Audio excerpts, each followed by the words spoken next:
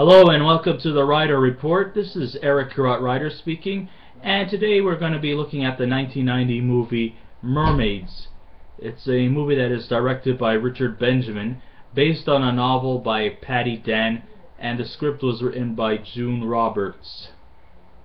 The movie stars Cher, Bob Hoskins, Winona Ryder, who was nominated for a Golden Globe. This was also Christina Ricci's debut movie, and Michael Schoeffling's last movie. The genre of the movie, it's a comedy drama with some coming of age and romanticism involved. Set in the 1960s, narrated through the eyes of 15-year-old Charlotte Flax, played by Winona Ryder. She lives with her quirky but bodacious single mother Rachel Flax, played by Cher, and her much younger sister Kate, played by Ricci. Rachel has migrated to another state after her last relationship failed. They have now settled into a bungalow in Eastport, Massachusetts.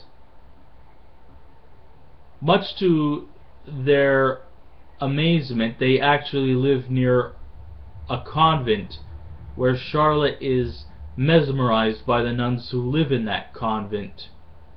She becomes obsessed with Catholicism in hopes that when she gets older she will become a nun. The only problem is the Flax family are Jewish. Meanwhile, younger sister Kate has also a love for swimming and aquatics, and she has been since she was a baby. She has also won many swimming competitions. In the romantic area, Charlotte has fallen head over heels with the young convent caretaker named Joseph Peretti, played by Michael Schoeffling, and Rachel has been smitten over the friendly shoe salesperson by the name of Lou Lansky, played by Bob Hoskins. After the news of John F. Kennedy's death, Charlotte and Joe embrace in a kiss near the bell tower. Fearing for her sins, Charlotte begins to fast, and her dreams of being a nun are put on hold if God decides to make her pregnant. Charlotte steals her mother's car and drives off to Connecticut, where she meets a perfectly well-oiled family. She starts changing her name to Sal Val, but this perfect family does not take into her convoluted stories. Apparently Lou finds her and drives her back home, and she goes to see a doctor who later reveals that she is still officially a virgin and that she is not pregnant.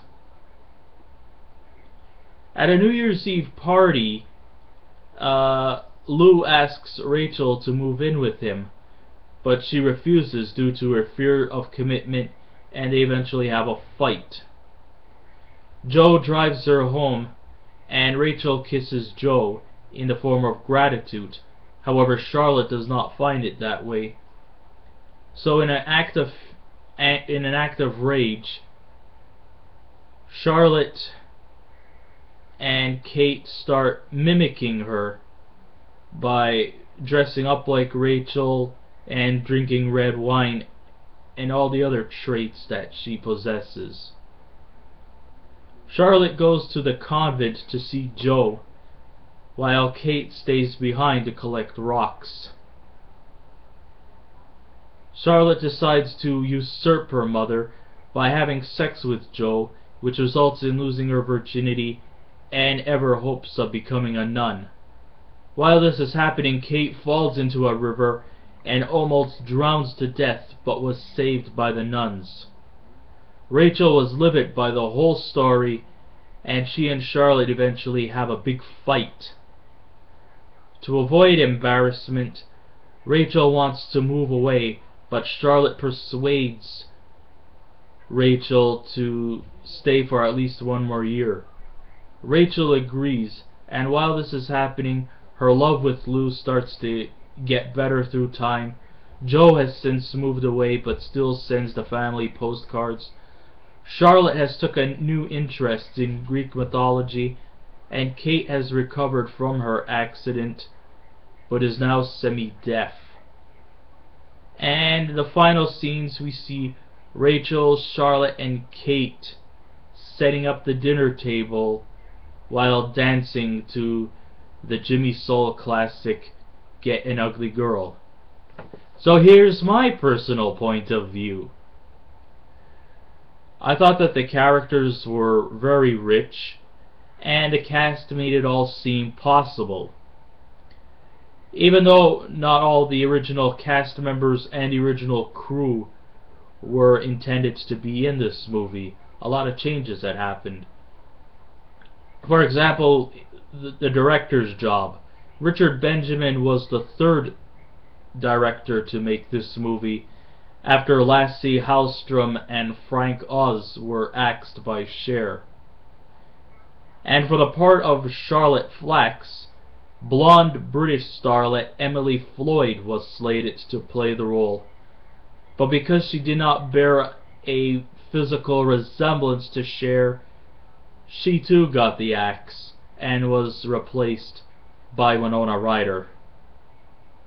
And that actually does not have any problem with me, because Winona Ryder was just perfect for the role. In fact, the ensemble was perfect in their respective roles: big, small, principal, supporting, ensemble. Every character was made to play his or her respective roles.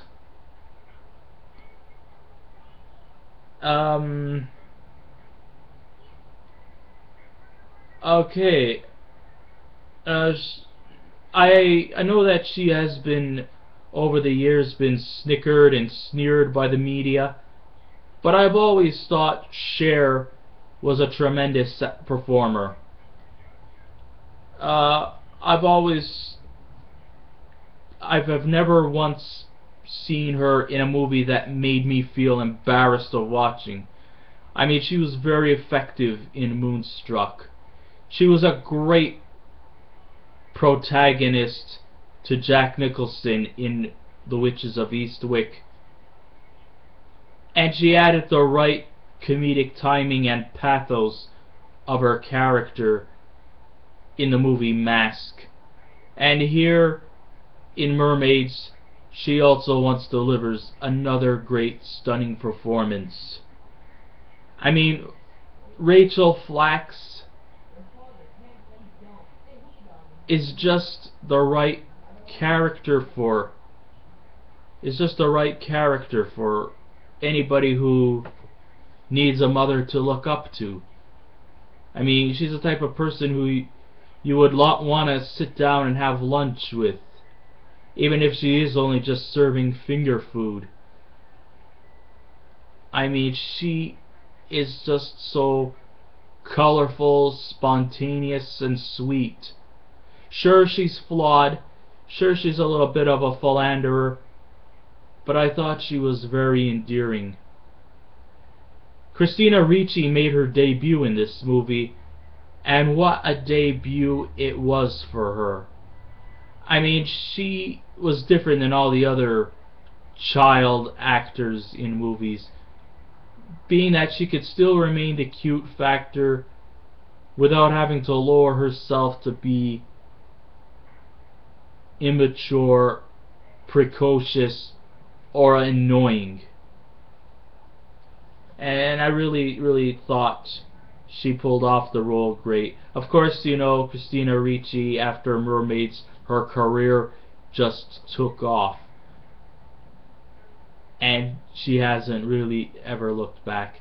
This also kind of launched the career of Winona Ryder. She was relatively young at the time when this movie was made. She was about 18, 19 years old, and she also pulled off the maturity level of her character nicely. You know, the typical teenage girl going through all the motions in life, trying to live a world of her own, and trying to emulate the lifestyle of her mother. even if her mother is, you know, uplifting and high-spirited, and she's kind of more drab. But, you know, she wants to have a character of her own. And, you know, the relationship between the mother and daughter seems to be very effective. And Cher, Winona Ryder, and Christina Ricci, for that matter, are real characters. Sure, it's a fictitious story, but the characters portrayed are real and authentic. Another great treat was that the soundtrack by Jack Nitzsche was really super phenomenal. If you never got the soundtrack to Mermaids, I recommend you go to Amazon and on Amazon.com and try to order it, because it's filled with lots of great nostalgic classic hits from the 50s and 60s. And, you know, just even listening to Betty Everett's Shoop Shoop song or Cher's version, you just feel like you want to pick up a black wig and dance to it. Not I, but I think anybody else could. Or if Jimmy Soule's Get an Ugly Girl doesn't make you want to dance in the kitchen, I don't know what would. The story runs smoothly, so I gotta give hands a standing ovation for Richard Benjamin. I mean, he pulled off a story that's a little bit complex in plot, but it's easy to follow, and the pacing runs at a respectable rate. The characters were well developed. Gotta give kudos to the male performers, the two principal male performers. Bob Hoskins sort of taking a break from playing his typical gangster roles to playing a sweet, charming individual. And once again, just like his character Eddie Valiant in Who Framed Roger Rabbit, he successfully hides his Cockney British accent. This was a great final performance for Michael Schoeffling as the love interest to Charlotte Flax. He plays warm, sensitive character. He may be a little bit stiff at times, but he was very effective. And for all those who don't know who Schoeffling is, he actually starred in another movie back in the 80s called Pretty in Pink. He played the character named Jake Ryan. And what I liked was the even flow of the story. Like, it's funny when it wants to be, and it's serious when it wants to be, and it all blends in quite nicely. The soundtrack, you know, follows the story through, and in the end everything turns out right. If I was to rate this movie, I would give it an 8 out of 10, and I would recommend people to come and see this movie if they never got a chance to. You could probably download it on Putlocker, or if you go to a DVD store, you know, and you see Mermaids, or you want to rent it, you know, it's a good movie to watch for a rainy day. And I think I just about covered everything there is to know about Mermaids. So once again, thank you for listening, and please write to me back with your comments. Be calm, be courteous, be polite, and I would like to hear from you. I don't mind constructive criticism, just as long as you don't say anything hurtful. So until then, I'll see you next time. Bye bye, everyone.